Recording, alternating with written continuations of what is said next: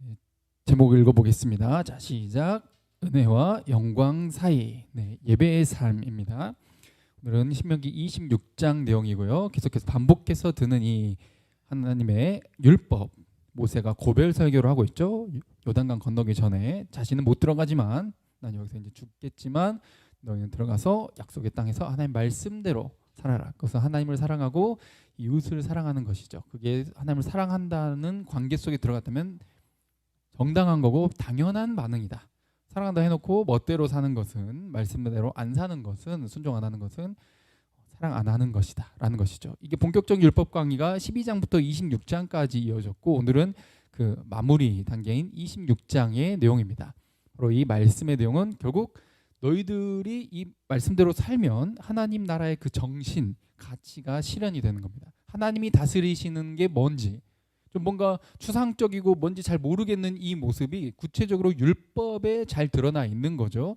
하나님의 임재가 실현된 사회가 어떠한 사회인지, 얼마나 공정한 사회고 모두가 함께 천국을 누릴 수 있을 만한 사회를 만들어 가는지, 그런 명령이자 곧 권리이자 의무, 책임으로서 백성들이 부여받은 것이죠.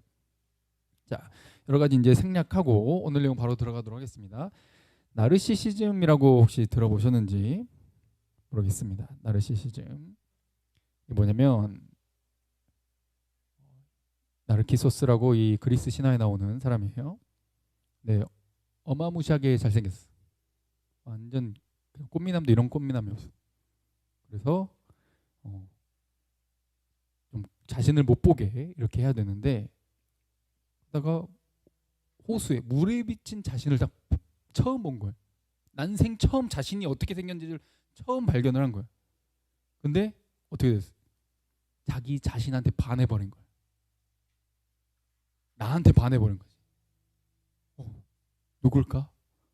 그래서 자꾸 생각나고 또 보고 싶고, 그래서 거기서 계속 호숫가에서 밥도 안 먹고 물도 안 마시고 그냥 거기서 계속 자기 자신만 보다가 말라 죽었다. 뭐가 되었다? 수선화가 되었다.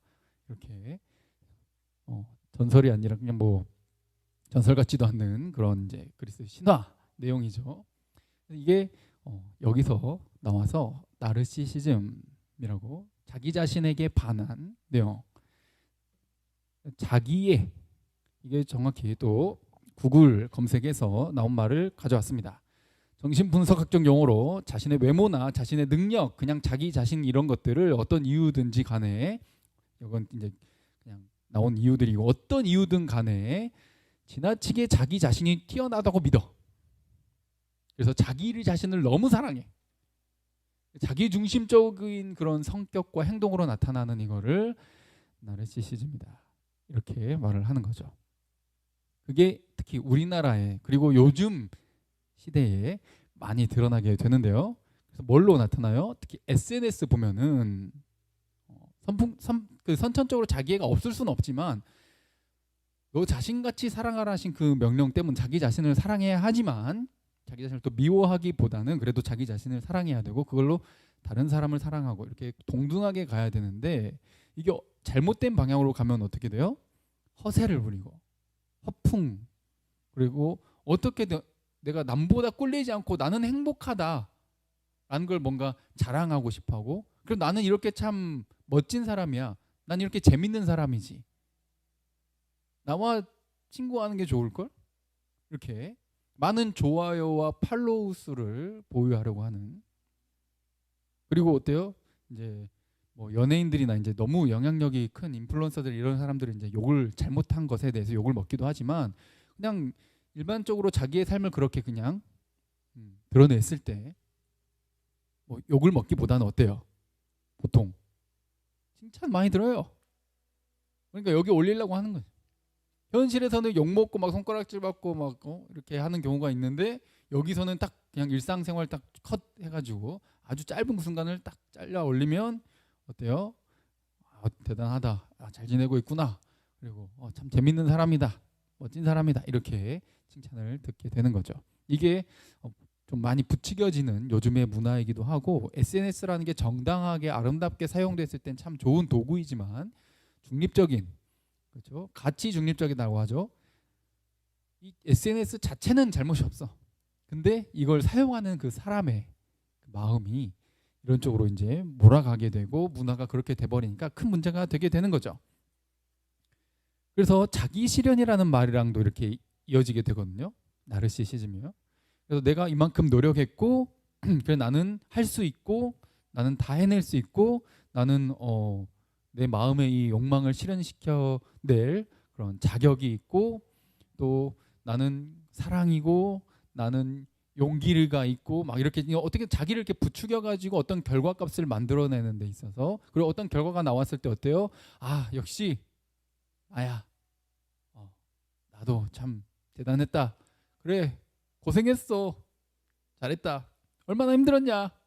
딱 되고 나서 어때요? 이런 사람들은 다른 사람을 향해서 좀 안 된 사람들한테 어때요? 네 노력이 부족해서 그래. 이렇게 가요 이제. 노력이 중요하지만 안 되는 걸 가지고 노력이 부족했다라고 일단 무조건 그렇게 물론 노력이 부족했을 수도 있어요. 근데 모든 상황에서 노력이 부족해서 그렇다. 노력하면 다 될 수 있다. 이렇게 말을 하는 것은 이 성경적인 것이 아니라 나르시시즘에 의거한 자기 실현적인 그런 내용이다라고 볼 수 있는 거죠. 그래서 이런 어떤 뭔가를 얻었을 때 내 노력으로 얻은 게 아닌데 내 노력으로 얻었다고 생각하면서 지난주였던 것 같은데요. 이 밈을 아는가 했을 때 전 몰랐습니다. 몰랐어요. 바로 오늘 인용합니다. 네, 이건 이제 제 겁니다. 그렇죠? 차문을 이렇게 열어서 그 차를 갖는다고 해서 본인 차가 아닌데 본인이 문 여는데 수고했다고 그렇죠? 본인 게 아닌데 이런 큰 착각에 빠지게 된다는 것이죠. 오늘 내용은 신명기 26장은 아까 12장부터 26장까지라 그랬죠. 12장부터 쭉 연결되어 왔던 율법에 대한 것을 정리하면서 아름다운 사이클을 알려줘요. 그건 뭐냐면 하나님이 은혜를 주시고 그 은혜에 감격하고 감사해서 우리가 순종하면 하나님께서 뭘 주신다? 복을 주신다. 그러니까 은혜라는 말도 사실은 앞에 은혜, 순종, 복인데 은혜도 사실 복으로 바꿔야 돼요. 복으로 바꾸다고 아무런 이상이 없죠. 복을 주셔서 우리는 감사해서 순종했더니 또 복을 주신다. 이제 이런 개념으로 이해하시면 되겠습니다. 자, 오늘 본문 읽어볼게요. 자, 시작. 네 하나님 여호와께서 네게 기업으로 주어 차지하게 하실 땅에 네가 들어가서 거기 거주할 때에 자 여기까지요. 어때요? 하나님께서 약속하신 그 땅에 어때요? 들어가서 거주할 때 무조건 들어가는 거예요. 아직 안 들어갔어요. 아직 요단강 건너기 전인데 들어간 게 이미 전제가 된 거예요. 무조건 들어갈 거예요. 얘네는. 그러니까 그냥 믿음으로 그냥 믿으면 돼요. 믿음으로 가서 도전하면 돼요. 이게 약속이 되어 있어요. 그때에 하나님께서 너에게 주신 땅에서 그 토지의 모든 소산물의 뭐를? 만물. 이걸 뭐라고 또 표현하죠? 첫열매라고. 첫열매. 만물. 맛. 디귿 받침이죠. 첫 번째 것을 거두어서 하나님께 가져가서 드리라는 거죠. 그것이 어디예요? 네 하나님 여호와께서 그 이름을 두려고 택하신 곳. 이게 성소, 중앙성소 막 이렇게 표현하기도 하는데 정확한 지명이 나와 있지 않죠. 왜냐하면 들어가서 여러 군데 옮겨 다니다가 나중에는 이제 예루살렘에 정착을 하게 되지만 성전이요. 이곳이 딱히 정해졌다기보다는 구약에서부터 어때요? 하나님의 이름이 함께하는 곳. 신약으로 오면 뭡니까? 예수 그리스도의 이름이 있는 곳. 이곳이 이제 성소다라고 하는 것이 이 성소의 개념임을 지난 시간 우리가 또 살펴본 적이 있습니다. 자, 이곳에 가서 제사장에게 나가서 이렇게 하는 거예요. 3절에 그에게 이르기를 내가 오늘 당신의 하나님 여호와께 이렇게 합니다. 하면서 뭐라고 고백하죠? 내가 여호와께서 우리에게 주시겠다고 우리 조상들에게 맹세하신 땅에 이르렀습니다. 이 땅은 어떤 땅이다? 하나님이 주시겠다고 맹세하신 하나님이 우리 조상들에게 나한테 약속한 게 아니에요. 난 들은 적도 본 적도 없는데 심지어 내 조상의 얼굴도 목소리도 모르는데 그 조상한테 하신 약속, 특히 어떤 조상? 아브라함에게 하신 그 약속이 지금 나에게 이루어졌습니다. 라고 하라는 거예요. 첫 열매가 있을 거고 하나님이 복을 주실 거고 농사하면은 많은 수확물을 거두게 될 거고 그 거둔 것에서 구별해서 드리면서 그렇게 고백하라는 거예요. 은혜를 고백해라. 즉 제사 예배 드릴 때 가장 중요한 요소가 뭐예요? 우리도 예배 드릴 때 은혜를 고백하는 거예요. 예배자를 처음 나왔죠. 그러면 기도할 때 우리 죄를 고백하기 이전에 뭐 하죠? 감사하면서 은혜를 고백하고 그러면서 내 죄를 고백하고 또 하나님께서 나에게 어떤 것들을 해주셨는지 계속 하나님께 감사, 은혜, 복, 받은 복을 고백하는 것이 먼저라는 것이죠. 이게 지난 시간에 쭉 어떤 도적질, 탐심, 어떤 물질적인 그런 부분들을 율법을 쭉 들어왔는데 이것을 해결하는 방법이 뭐라고요? 하나님께 드리는 거예요. 사람들은 드리는 걸 좀 아까워하고 또 어떻게든 적게 드리고 싶어 하고 이런 마음이 있는데 사실은 하나님께서는 너가 많이 드린다라고 하는 것은 많이 받았다는 걸 전제하거든요. 주일날 이제 저희 교회에서 노희장 목사님이 오셔서 설교를 하셨는데 그때 참 예시를 들어주신 것 중에 마음에 와닿았던 게 어떤 사람이 11조를 1,000만 원 하는 게 너무 아까워가지고 좀 반으로 줄이면 안 되나 하고 이제 목사님이랑 상의를 한 거죠. 그래서 목사님이 뭐라고 기도해 준다고 한 거예요? 그래? 그러면은 11조가 너무 아까우니까 앞으로 너가 11조를 50만 원만 할 수 있게 30만 원만 할 수 있게 내가 그렇게 기도해 주겠습니다. 이렇게 하니까 그건 또 싫대. 그죠? 11조가 1,000만 원이라는 것은 1억을 벌었다는 것이고 30만 원이나 50만 원이라는 것은 500에서 300밖에 이제 못 벌었다. 이제 상대적으로요. 그렇게 되는 계산이니까 그건 싫다는 거죠. 고백이 뭐예요? 내가 많이 드린다라고 하는 것은 나에게 많이 주셨다라는 게 전제된 거예요. 탐심의 해결책은 뭐예요? 이게 하나님으로부터 왔다라는 그 기억과 진짜 진심에서 우러나오는 감사의 고백이 중요하다는 것이죠. 내가 하나님께 드린다라고 하는 건 바로 그 고백이에요. 제사장이 그것을 받아서 하나님 여호와의 제단 앞에 놓고 너는 내 하나님 여호와 앞에 이렇게 말을 해야 된다는 거예요. 그 제물을 바치는 첫 열매를 드리는 사람은 이렇게 고백해야 돼요. 신앙 고백이죠. 자, 옆에 그 사진을 보시면 아시겠지만 이 가나안 땅이라고 하는 데는 사실은 농사를 짓기엔 적합한 땅이 아니에요. 근데 농사를 지었을 때 진짜 최고의 그런 결과물이 나올 수 있게 하나님이 어떻게 해주시겠다? 함께 하시겠다는 거예요. 할렐루야. 하나님이 제때 비를 주시지 않으면, 제때 바람을 불게 하시지 않으면, 제때 해가 비추지 않으면 열매가 풍성하게 나오질 않아요. 그런 땅이에요. 그래서 이게 그렇게 항상 날씨가 보장이 될지 안 될지 모르는 그 상황 속에서 하나님께서 뭘 약속하는 거예요? 내가 함께해서 그렇게 풍성한 복을 받아 누릴 수 있게 해주겠다고 약속을 하시는 거예요.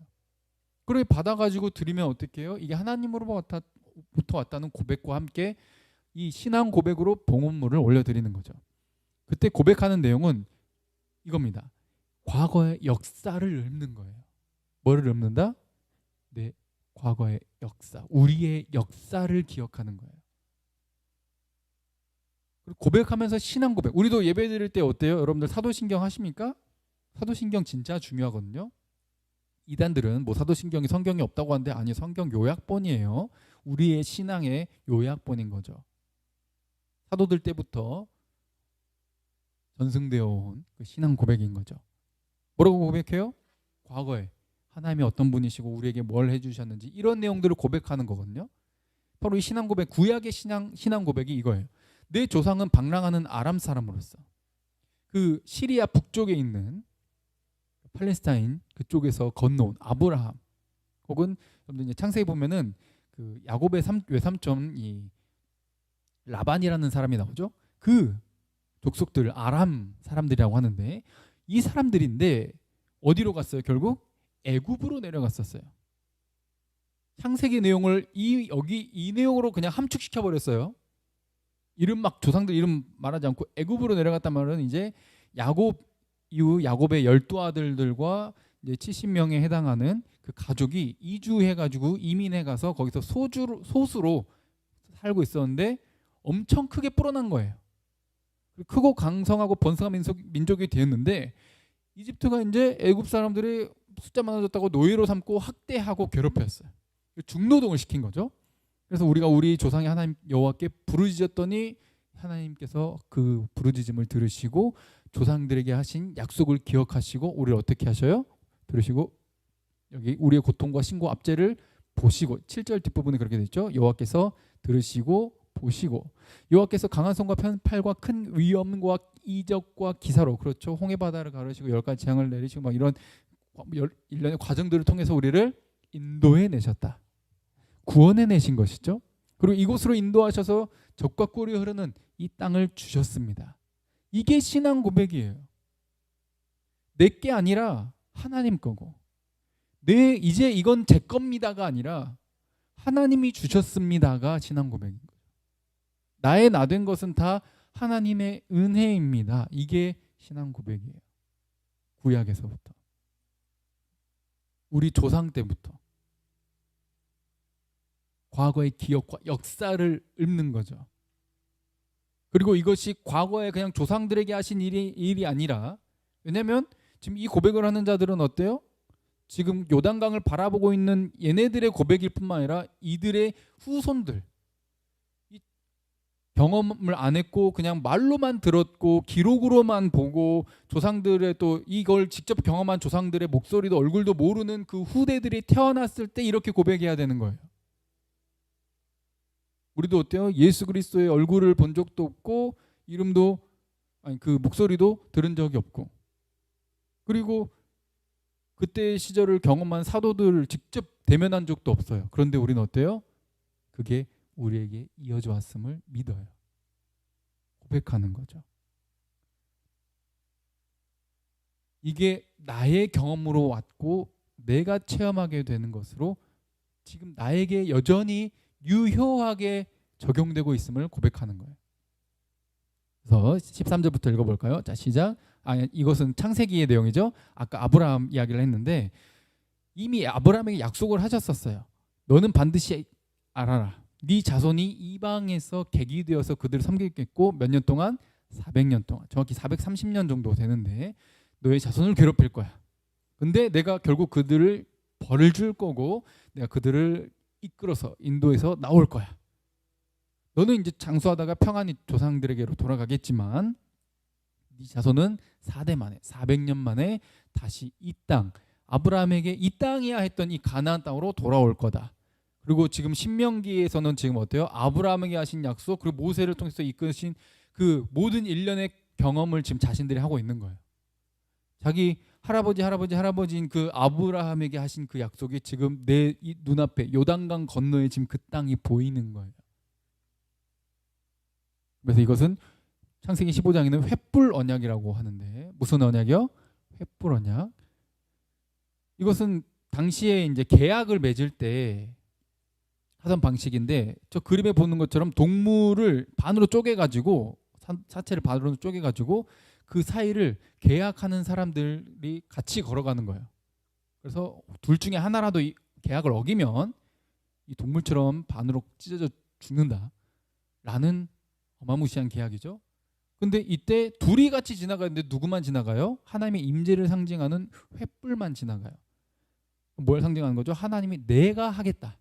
내가 이루겠다라고 하는 그 약속인 거예요. 이게 횃불 언약이고 그 내용 속에서 바로 이 내용이 미리 예언되어 있었던 거죠. 400년 후에 객으로 살다가 돌아올 거다. 라는데 신앙의 고백에 그게 포함되어 있는 거예요. 아브라함에게 하신 그 약속이 지금 우리에게 이루어졌다는 것이죠. 그러니 우리는 그 약속의 은혜를 받은 자로서 지금 우리에게 적용은 뭐예요? 십자가의 은혜, 하나님의 약속, 세상을 이처럼 사랑하사 독생자를 주셔가지고 우리를 위해 십자가에 죽고 부활하신 다음에 우리에게 적용되게 하신, 우리에게 영생의 길을 열어주신 그 아들 예수 그리스도를 메시아를 보내주신 하나님께 감사해서 나는 이제 어떻게 살겠다? 주를 위해 살겠습니다 라고 고백하는 내용인 거죠. 자, 오늘 본문 10절부터는 이제 은혜 이후에 어떤 반응? 순종의 고백의 반응이 나옵니다. 자, 10절부터 시작. 여호와여 이제 내가 주께서 내게 주신 토시 소산의 만물을 가져왔나이다 하고 너는 그것을 네 하나님 여호와 앞에 두고 네 하나님 여호와 앞에 경배할 것이며 네 하나님 여호와께서 너와 네 집에 주신 모든 복으로 말미암아 너는 레위인과 너희 가운데 거류하는 객과 함께 즐거워할지니라. 셋째 곧 11조를 드리는 해에 네 모든 소산의 11조 내기를 마친 후에 그것을 레위인과 객과 고아와 과부에게 주어 네 성읍 안에서 먹고 배부르게 하라. 아멘. 여기 보시면 하나님께서 내게 주신 땅, 그리고 그 땅에서 난 첫 열매, 소산의 수많은 열매들의 첫 열매를 가지고 왔습니다라고 하면 경배, 예배하라는 거예요. 여기서 중요한 사실을 우리가 망각해서는 안 되는데, 지금 선물이고 은혜인데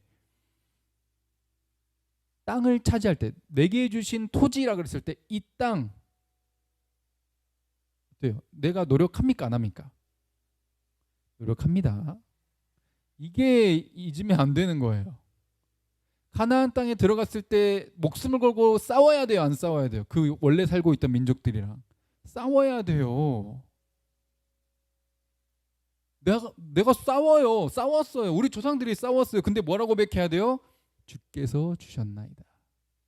내 노력이 배제가 안 돼요. 내가 노력해서 얻는다라고 하는 그 일반 세상을 지으실 때 주신 그 법칙은 사라지지 않고 그대로 있어요. 근데 그 위에 그것을 초월한 하나의 법칙이 더해지는 거예요. 플러스 되는 거지 전에 있던 그게 사라지는 게 아니라고요. 잘 이해하셔야 돼요. 선물로 주신다는 거예요. 내가 갔을 때 결과가 있게 약속을 해주셨다는 게 중요한 내용인 거죠. 그리고 자, 토지소산의 만물, 자, 열매들 중에 첫 열매를 가지고 왔어요. 이거 내가 노력했어요, 안 했어요? 노력했어요. 땅을 일구고 씨를 뿌렸고 돌보고 그 다음에 가서 내가 추수하는 노력을 했어요.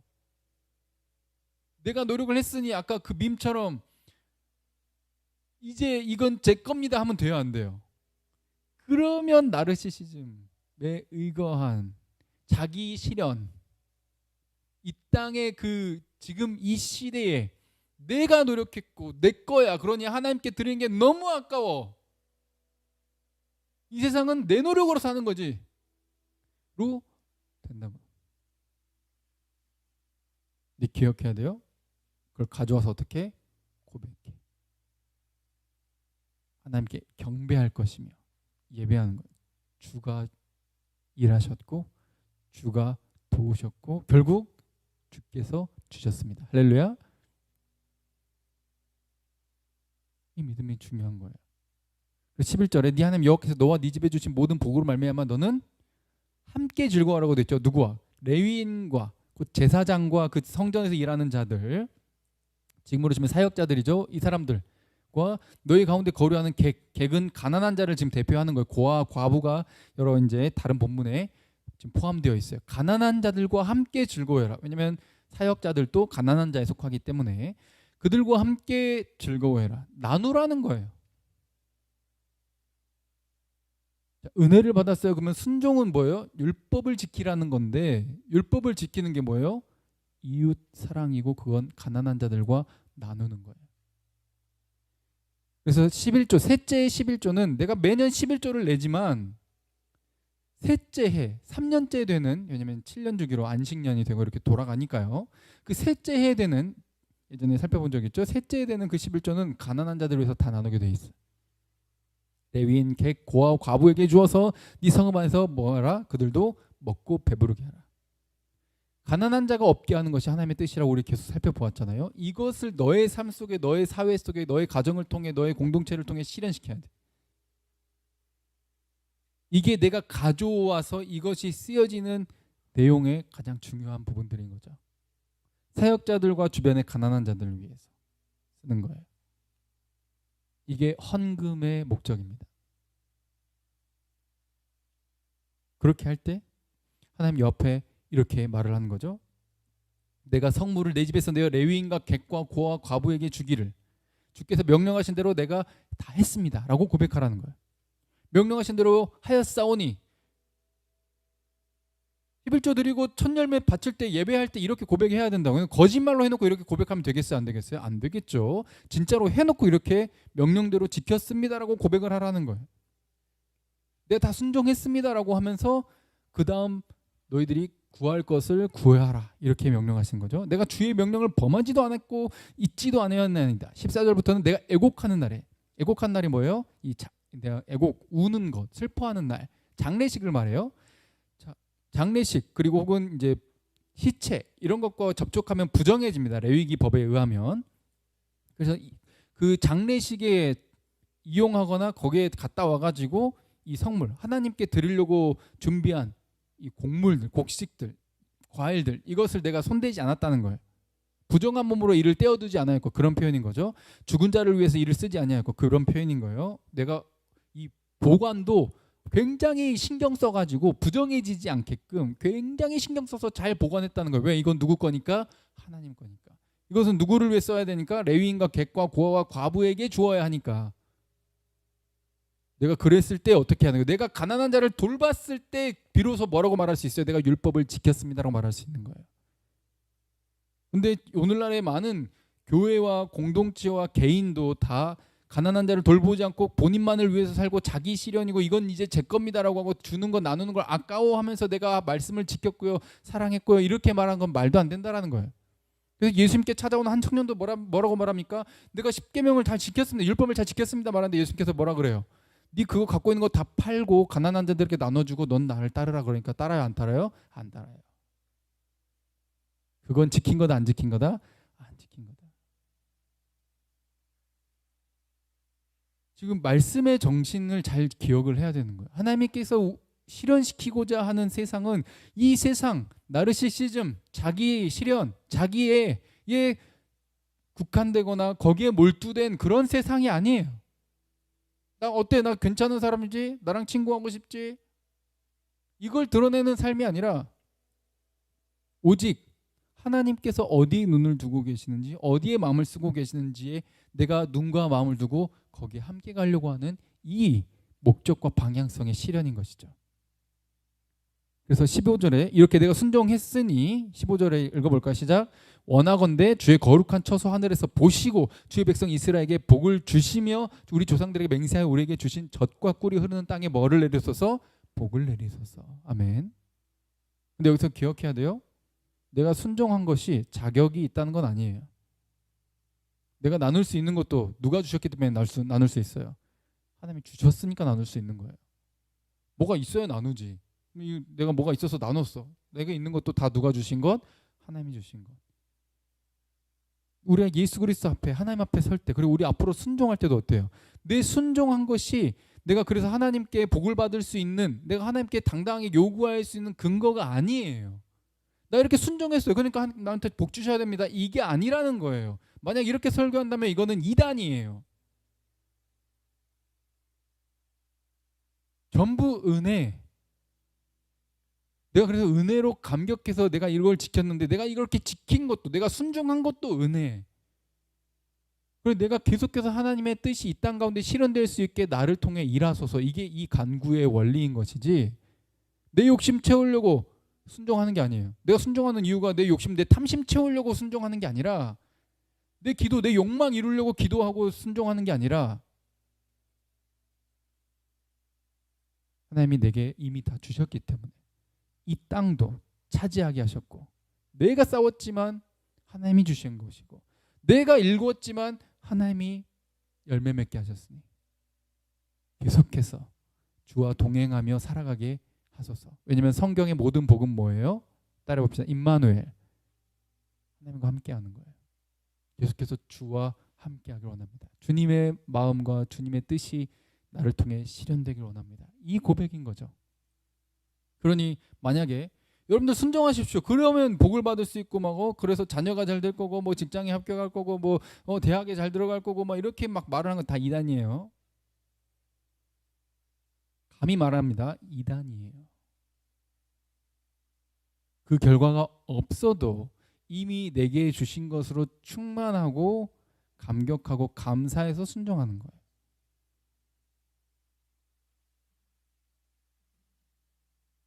우리는 가장 큰 걸 받았죠? 예수 그리스도. 뭐가 더 필요해?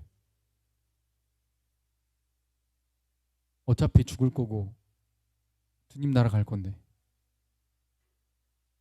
뭐가 더 필요해? 우리의 필요는 주께서 다 하시고 이 땅에 살아갈 때 하나님께서 더 하실 겁니다. 할렐루야. 그러니 다른 것에 관심 두고 무엇을 먹을까? 무엇을 마실까? 무엇을 입을까 염려하지 말고 오직 그의 나라와 그의 뜻을 구하는 거예요. 이 간구는 바로 그 간구인 거죠. 주의 나라와 뜻이 이 땅에 이루어지기를. 어떤 것을 통해서? 내 순종을 통해. 이 순종은 뭐예요? 이 가난한 자를 돕기 위해 내 것을 하나님께 드리고 이웃과 나누는 이 순종을 통해 주의 나라와 뜻이 이 땅에 실현되는 거예요.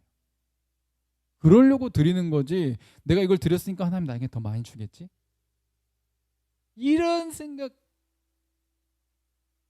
그냥 내지 마세요. 그럴 거면. 좀 세게 말해 죄송합니다.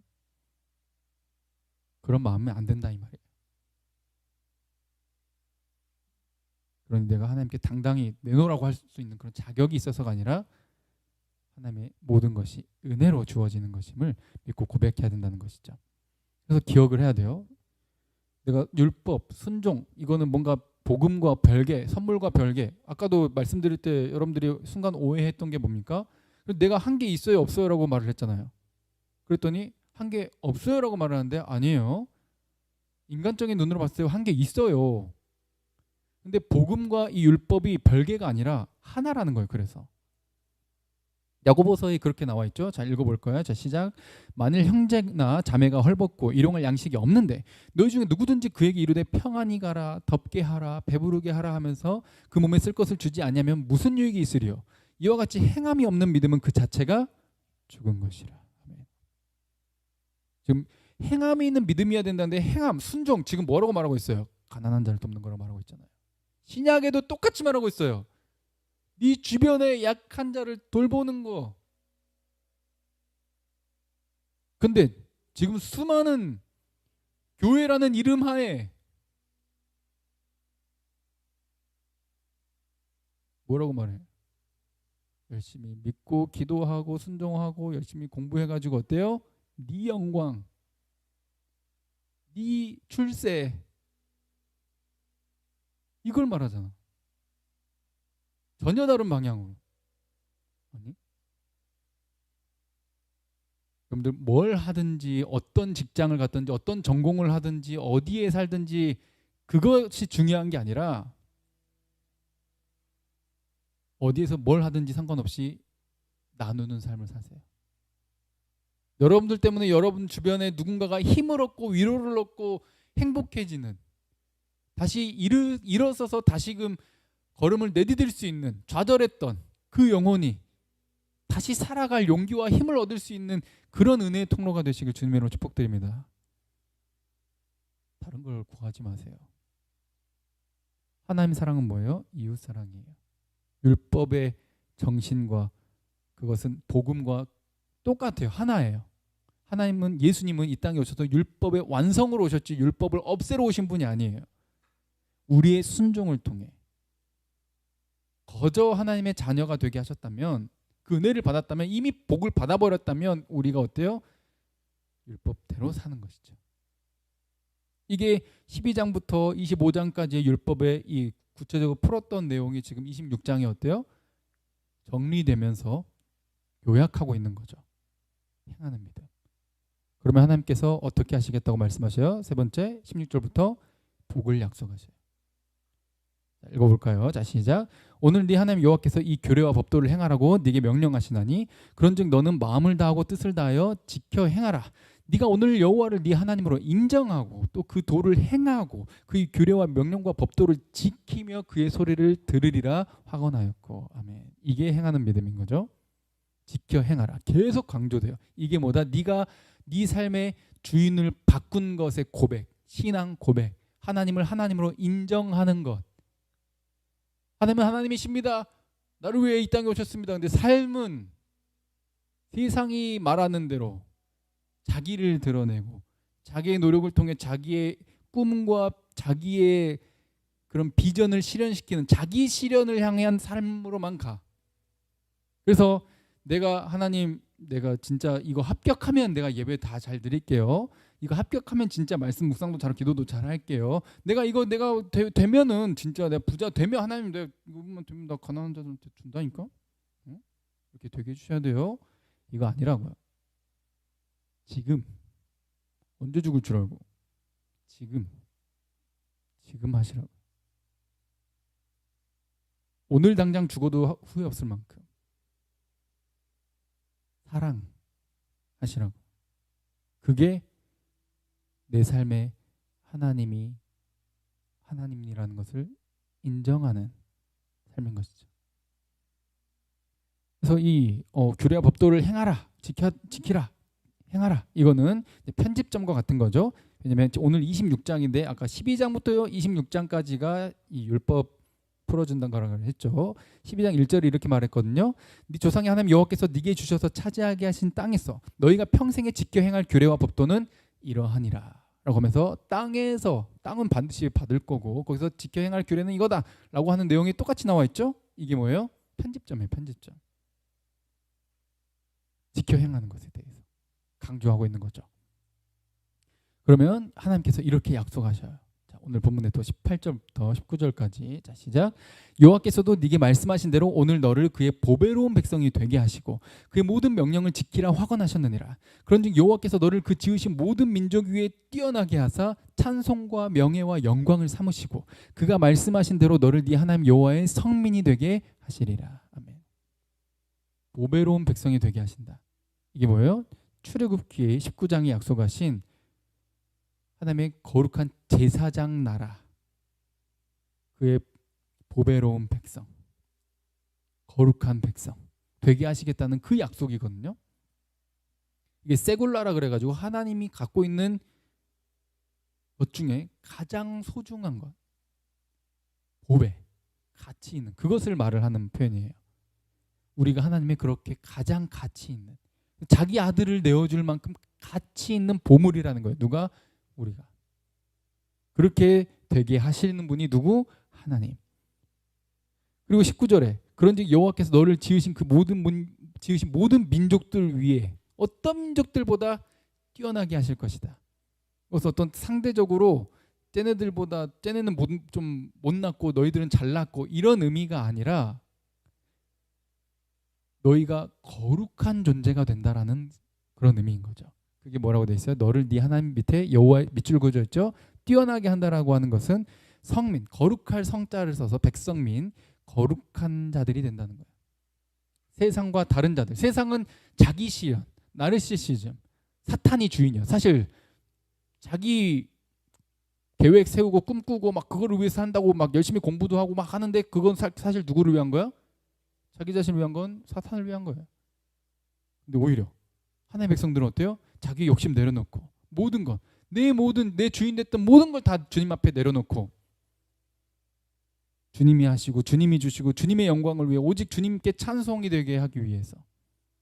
그래서 붉은 핑크색 글씨로 이렇게 되어 있죠. 찬송과 명예와 영광을 삼으시고. 이게 뛰어난 삶이고 이게 거룩한 삶이에요. 할렐루야. 이웃을 향해 나누는 삶인 거죠.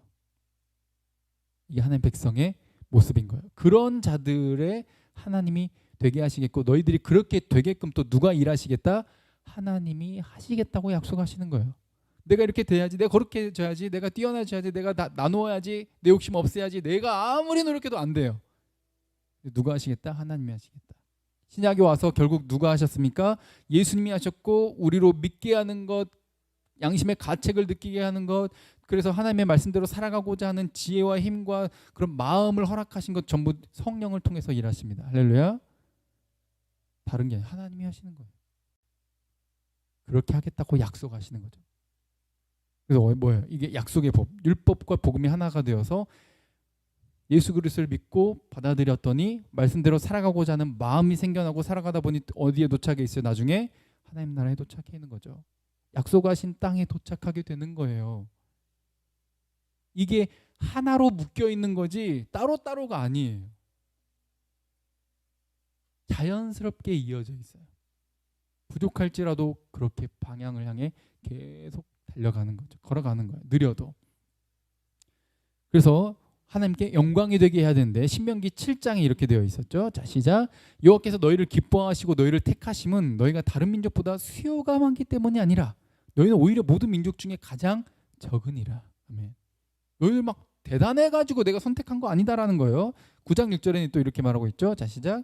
그러므로 네가 알 것은 네 하나님 여호와께서 네게 이 아름다운 땅을 기업으로 주신 것이 네 공의로 말미암은 것이 아니니라. 너는 목이 곧은 백성이다. 네가 뭔가 착하게 잘 살아가지고 내가 너희 선택한 게 아니다. 즉 너희가 진짜 찌질하고 못났는데 너희가 그렇게 대단해진다라고 하는 것은 온 세상에 뭘 보여주겠다는 거예요. 하나님이 택하면, 하나님이 일하시면 어떻게 되는지를 보여주겠다는 거예요. 세상이 뭘 보는 거예요? 이스라엘 보면은 와 니들 진짜 대단하다 이게 아니라 와 너희와 함께하는 하나님이 진짜 신이구나. 이거를 보여주기를 원한다. 이게 제사장 나라예요. 우리도 어때요? 너 진짜 대단하다. 너 노력 진짜 열심히 잘했구나. 나도 노력하면 너처럼 될 수 있겠구나. 이게 아니라 나같이 약한데, 나같이 이렇게 찌질한데, 나같이 쓰레기인데, 나같이 죄인인데 이런 자를 하나님이 사랑하셨고 구원하셨고 나를 사용하신. 그래서 오직 내가 받는 게 아니라 오직 누구에게? 내가 받은 결과와 내가 받은 복과 이 땅에서 누리는 그 모든 것에 대한 것이 오직 하나님께 영광. 할렐루야. 우리 삶의 존재 이유. 왜 살아? 소율이 문답 제 1문답 아시죠? 오직 하나님께 영광. 그분을 즐거워하는 거예요. 그분 자체를 기뻐하고 그분 자체를 바라고 그분 자체와 함께하기를 간절히 소망하고 오직 하나님께만 영광 되기를. 혹시 내가 영광 받을까 봐 진짜 노심초사하는 거. 그러면 어때요? 하나님이 우리가 영광 되게 해버려요. 그것을 주셨을 때 감사함으로 그냥 누리고 그래도 우리는 끝까지 하나님을 바라보고 하나님께 영광 돌리는 것이지 거들먹거리고 기도 더해라, 묵상 더해라, 노력 더해라 이렇게 막 내가 그렇게 했던 것을 의시되는 게 신앙이 아니에요.